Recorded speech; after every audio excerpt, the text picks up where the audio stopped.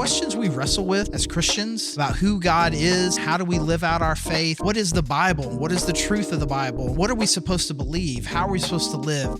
There are really big, deep questions that we ask each other, that we ask God, that we wrestle with ourselves. And that's why the Cultivate podcast exists, to help us go deeper in our understanding of who God is, His Word, and the way that He's called us to live.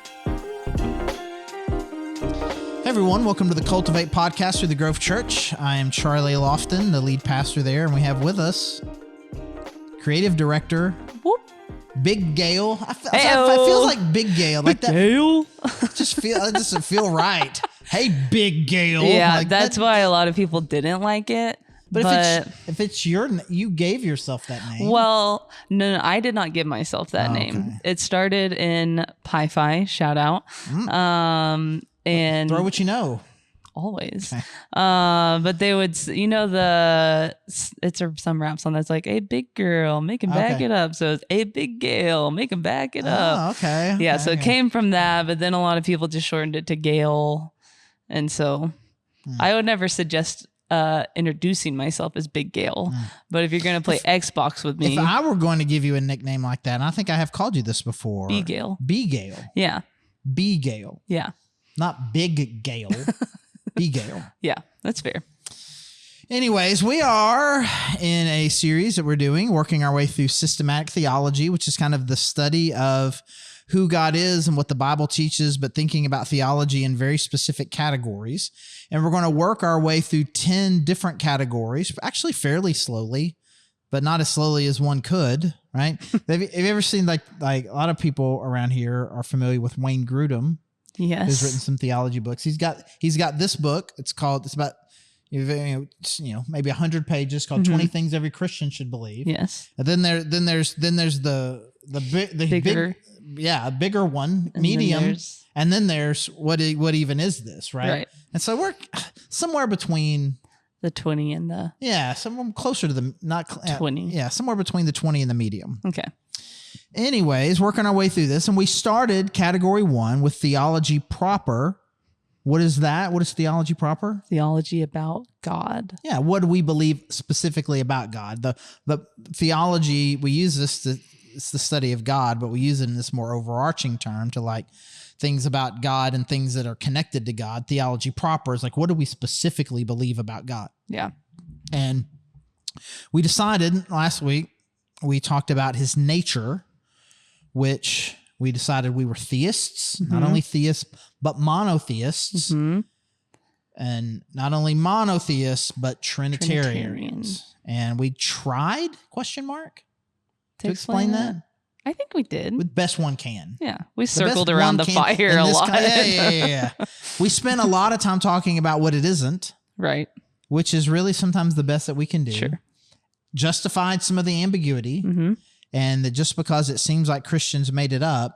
They didn't. We didn't. We invented words to try to describe a very difficult concept that is revealed in a series of truths. Kind of like colors. Kind of like what? Colors. What about colors? Like that's always boggled my mind that I'll never create a new color. That's good. But we just discovered colors and put them in categories and named them. We invented blue. I also sometimes wonder, are we seeing colors the exact same way? I think no. We all agree on what orange is. But that doesn't mean that what I see when I see orange is what you see when you see orange. Yeah. And how would we even describe?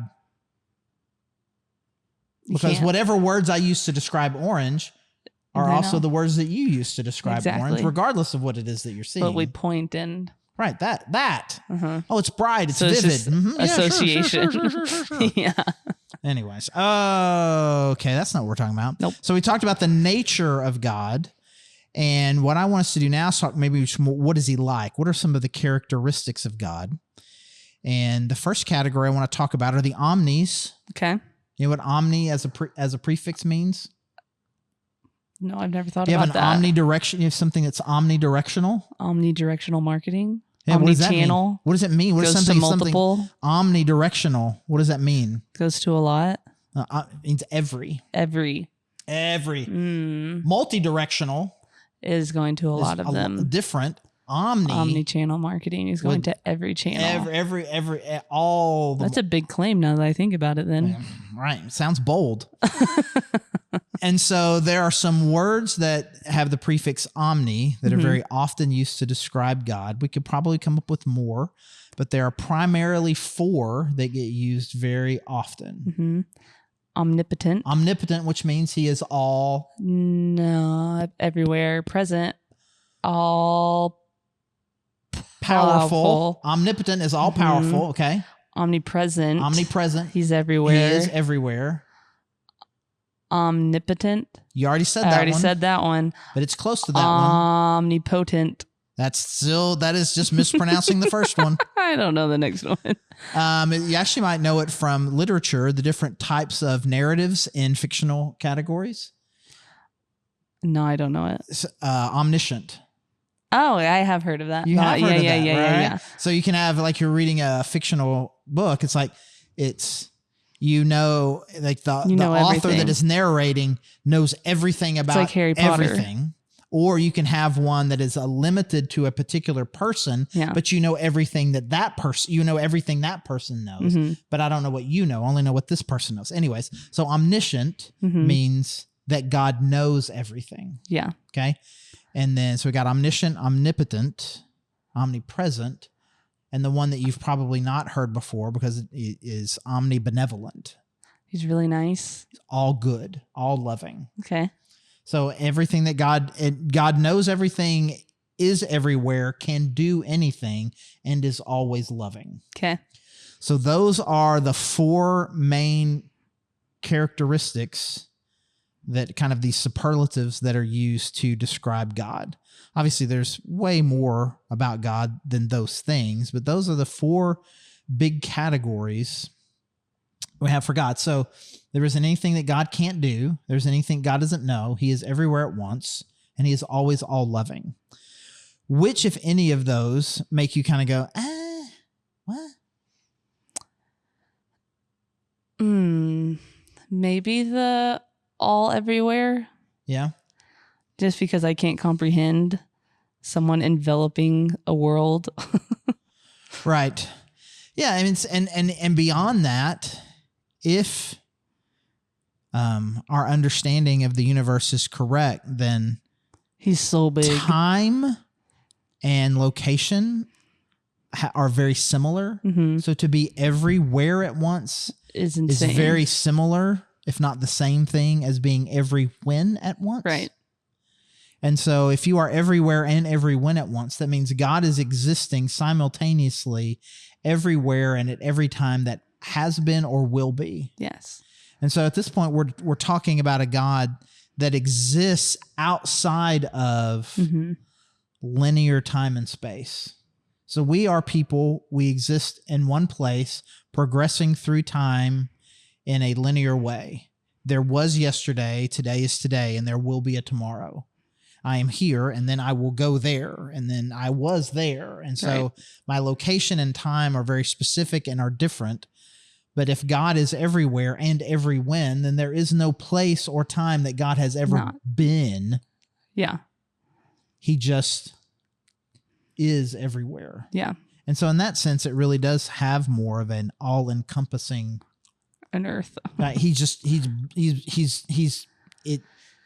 everything that we are and we will call reality is kind of absorbed in him.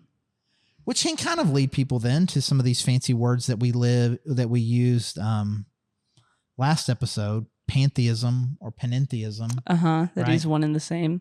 Less pantheism, because pantheism is like if the universe didn't exist, God would cease to exist. Right. But kind of this blurred panentheism can kind of where it's just kind of like, I don't know. I mean, it's kind of like, it's not that we're completely distinct from God. We're just this small little part of him. No, I mean, we were created by him. There was a time that we didn't exist. We didn't exist, and now we do. So we are different from God, but yet what we would call reality, God is so much bigger than that. He is everywhere and every time all at once. The movie? Did you see the movie? No, I didn't. Okay, well, I was about to talk about hot dog fingers, and you referenced the movie. I want to watch it. I have been thinking of Loki and Interstellar this whole time. Loki and Interstellar? Yeah. Okay. Yeah, so, we're not talking about a multiverse. Right. I could talk about a multiverse, but that's a different category. Are we the only universe that exists? Right. Or do all possible universes exist in the mind of God, right? And do we just exist in the mind of God? He created us, but he created us in his mind, but he's not a physical being to have a physical mind. God doesn't have a physical location. And so it's just like when we talk about him being omnipresent, we don't mean he's physically here because he's not physically anywhere, just like he's not physically anywhen. Right. And so I think it's actually easier if we just limit it to kind of normal talk. It's like, hey, wherever you are, God is. And he's waiting for you in the future. Oh, that's great. And then all of a sudden you just ask one more question. And then you're off. Okay, I don't even know what we're talking about anymore. And a little bit like what we talked about last week with the Trinity, the more I talk, it's not the more likely I am to say something that's false. Just the more I talk, the more I don't even understand what I'm saying anymore. Yeah. I can act like I do. Oh, he's just blah blah blah blah. Yeah. But what did like I understand everything that I just said, but I don't really understand. You can't really piece it all together. any of it, because we really only understand things in terms of limited by location and time. Yeah. And if you exist outside of those constraints, then I really have a category for it. And we can be both comforted and scared by that. Mm-hmm. Abigail, don't worry. Wherever you end up, whatever the future holds, God is already there. Mm-hmm. And he's waiting for you there. Yeah. That sounds very comforting. Mm-hmm. But a God who, if God is already there in the future, then as far as God is concerned, the future already exists. And if the future already exists, does that mean that my life is predetermined? Right. And there's a difference between predestination and predetermined, but I don't like either one of them. Mm-hmm. Maybe I'm more comfortable with it than some people are. Some people hate the idea. Yeah. But I really believe we get all bent out of shape about predestination because I don't want to think that from my perspective that my life is predetermined. Because, and again, in a lot of ways it's not, because I make a decision and something changes. Right? That's definitely true. But from God's perspective, if he is every when, then what is going to happen has already happened from his perspective. Yeah. Then that makes me think, well, then is my life predetermined? And so that I don't like that. And it's like, well, I'm trying to figure out what the world is like from God's perspective. Mm-hmm. I don't like what the world would be from God's perspective. Well, it's great. You don't live there. Right. I live here where my actions have consequences. Mm-hmm. So I'll just continue to live there. Yeah. And just focus on the comfort that comes from living with a God that is bigger than my perception of reality at any one given moment. Yeah. It's similar to what we were saying last episode. Of like, you can maybe hear all of the pieces, but you can't intrinsically understand it yourself, but you can accept it to be true. Yeah. So then you get omniscient. You get that for free. You get all-knowing. You get all-knowing for free with omnipresent and maybe not. Maybe you could be everywhere all at once and not really understand. But it does come with being a theist. Yeah, but he knows and we know him. Not that we're omniscient, but that everything that is, he knows. Everything that we think, everything that's going to happen, that has happened. And I think that's really important. Because I think we'll talk about this some. We probably have already talked about it some. We talk about prayer. Does prayer really work? Does prayer really change things? And it's like, am I telling God something that he doesn't know already? You're not ever telling God something he doesn't know. And you're not asking for an outcome that he doesn't already know which way it's going to go. Sometimes we can get ourselves all spun up again Spun about up. spun up, spinded upped, spin upped. I like it. About what does that mean from my perspective? Well, what it means from my perspective is there is a God infinitely bigger than me. Yeah. That is already there, has already got all this figured out. And the only reason that should scare me is if God is not also omnibenevolent. Right. Yeah. If God is all loving, then I can trust in that God. I can trust in the fact that he knows the future, and he is everywhere. He sees everything. He knows everything. I can trust that because he is trustworthy. Yeah. Does that make sense? Yeah. I mean, that changes everything, because you could have all of the characteristics without the benevolent one that I can't remember how to say it, but you said it, benevolent, and then just put omni in front of it. Omnibenevolent. Yeah. But you could have all of those without that one, and that's something to be scared of. Right. Right. But you add that in, and that like infuses the nature of who he truly is. Yeah. So you add omnipotent, all powerful. Mm-hmm. I mean, that's the scariest. That is the scariest one. He could do anything he wanted to. Mm-hmm. But he is all good, and him being all good restrains his omnipotence. Right. The ability to do everything, and that we should be afraid he might do something. And that it's not like that. I mean, could God do something inconsistent with his character? No. It's kind of one of those. Well, it's just kind of one of those little contradictions, little paradox. Right. Of course, God could do anything, but we know he won't do will anything. He? Right. He won't do anything, because there's a difference between can and will. Now it's going to turn into like a session with one of my counselors. Right. There's a question about not what God can do, but what God will do. Mm-hmm. And those are two different things. Some often we can get afraid of what God can do, afraid of what God could do with what he knows, or based on everything that he is and the power and the bigness of him. We worry about that. We could worry about that, but we should focus not on what is possible, but what is true, what is going to happen. And God has said that that he is good, and he will only act consistently with that. Mm-hmm. People say the joke is, I don't know if it's a joke, I don't know what it is, that the best possible government is a benevolent dictatorship. I've never heard that. Like if one person had all the power, but he was only good. Always good. Yeah. That is without a doubt, the most efficient form of government. Uh-huh. And you could always count on that the government is always going to be good. But the problem is it's not possible, because there aren't any omnibenevolent people in the world. Right. And there's not any one person or group of people that you could put together and they would be omnibenevolent. Right. But that's kind of the idea here with God, is that is what we have, is we have an omnibenevolent dictator. Right. Yeah. He is in charge of the whole thing. He has the power to do whatever he wants. He has all of the knowledge of everything in the world.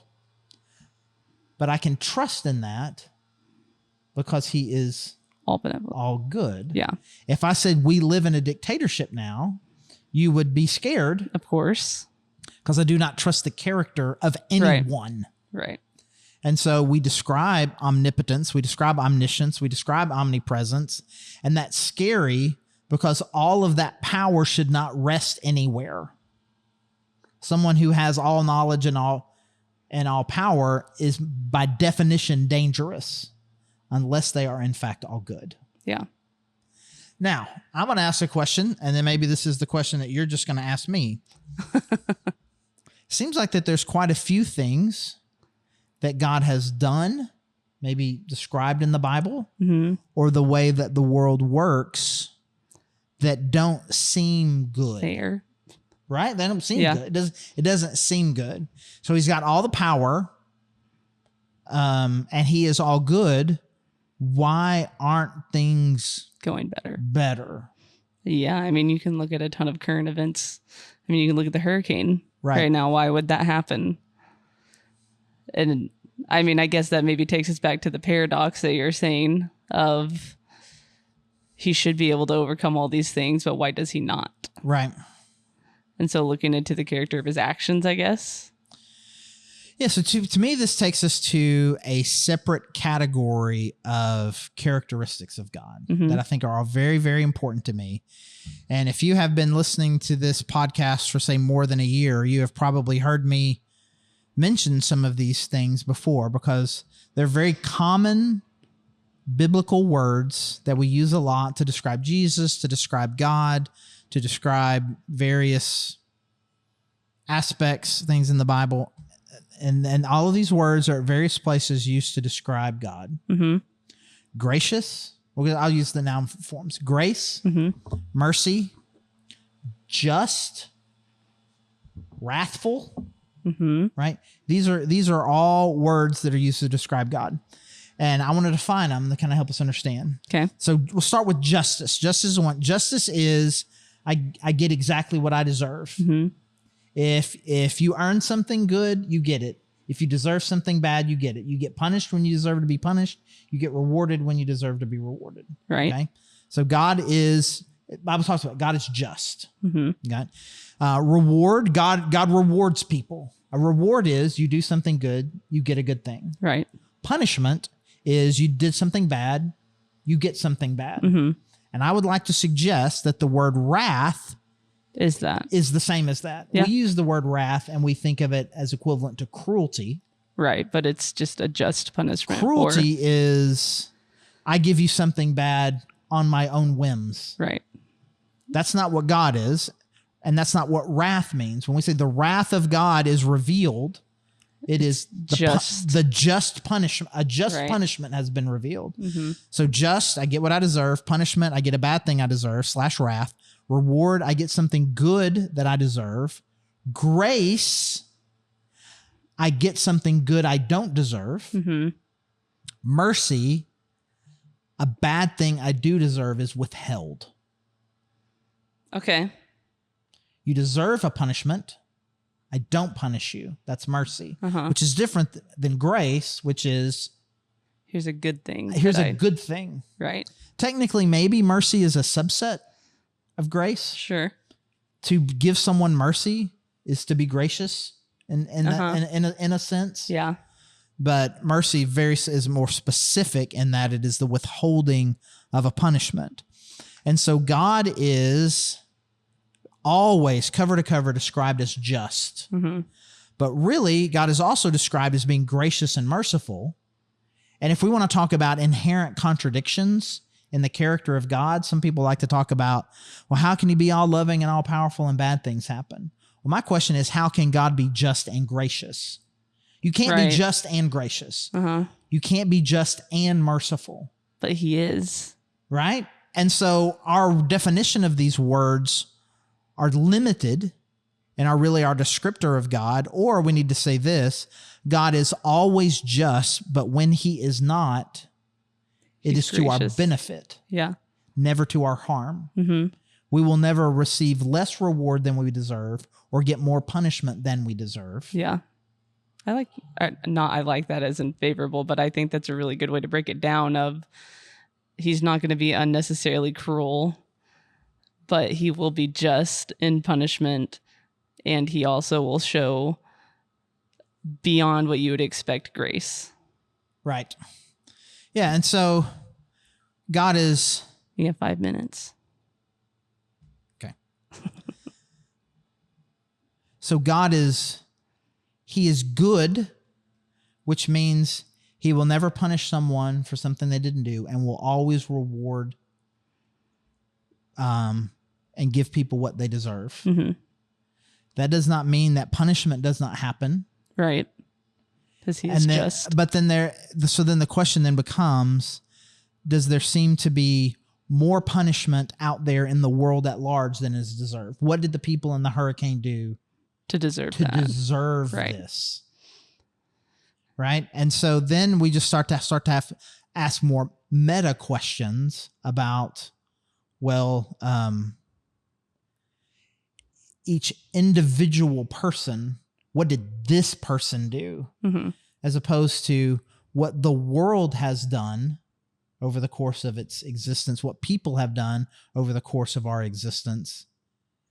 We have accumulated together where these levels of punishment are just for all of us. Right. And we tend to think of it as, why did this bad thing happen to this one person, when God really, in a lot of ways, and especially in the natural disaster and illness kind of category, thinks of us way more collectively than American democratic capitalists would like to think of it. Right. That God is dealing with all of us only individually and not collectively. Here's where I am right now in my brain, Abigail. In my brain, I had a nice little category. Last episode, we were going to spend one episode talking about the Trinity, and we're going to spend this episode talking about the characteristics of God, and then we can move on to the next category. Okay. I feel like we have only scratched the surface on this. So if you will indulge me, we'll do another. We can do another on this. Let's do it. And I apologize for sending you an inaccurate. That's all right. We can bounce back. We can definitely bounce back. We have more questions here. So I think, why don't you just think about these topics that we kind of already talked about with the characteristics of God? Yeah. And we'll just jump in and just start an episode where we just kind of talk more about what we can really know and trust and appreciate about the character of God. Okay. That sound good? Yeah. And we would love for you guys to join us too. Again, as we're working our way through theology, systematic theology, and specifically the theology of who God is, theology proper. And so, as always, thank you for joining us on the Cultivate podcast. Send any questions you have to charlie@thegrovechurch.org and find everything you need to know about our church at thegrovechurch.org. Thank you so much.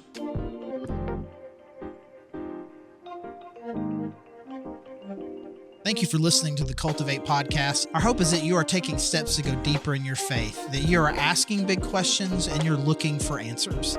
We hope that we can be a resource for you through our podcast and any other way that we can help you. You can find all our episodes anywhere that you can find podcasts, including YouTube. And again, thank you so much for joining us.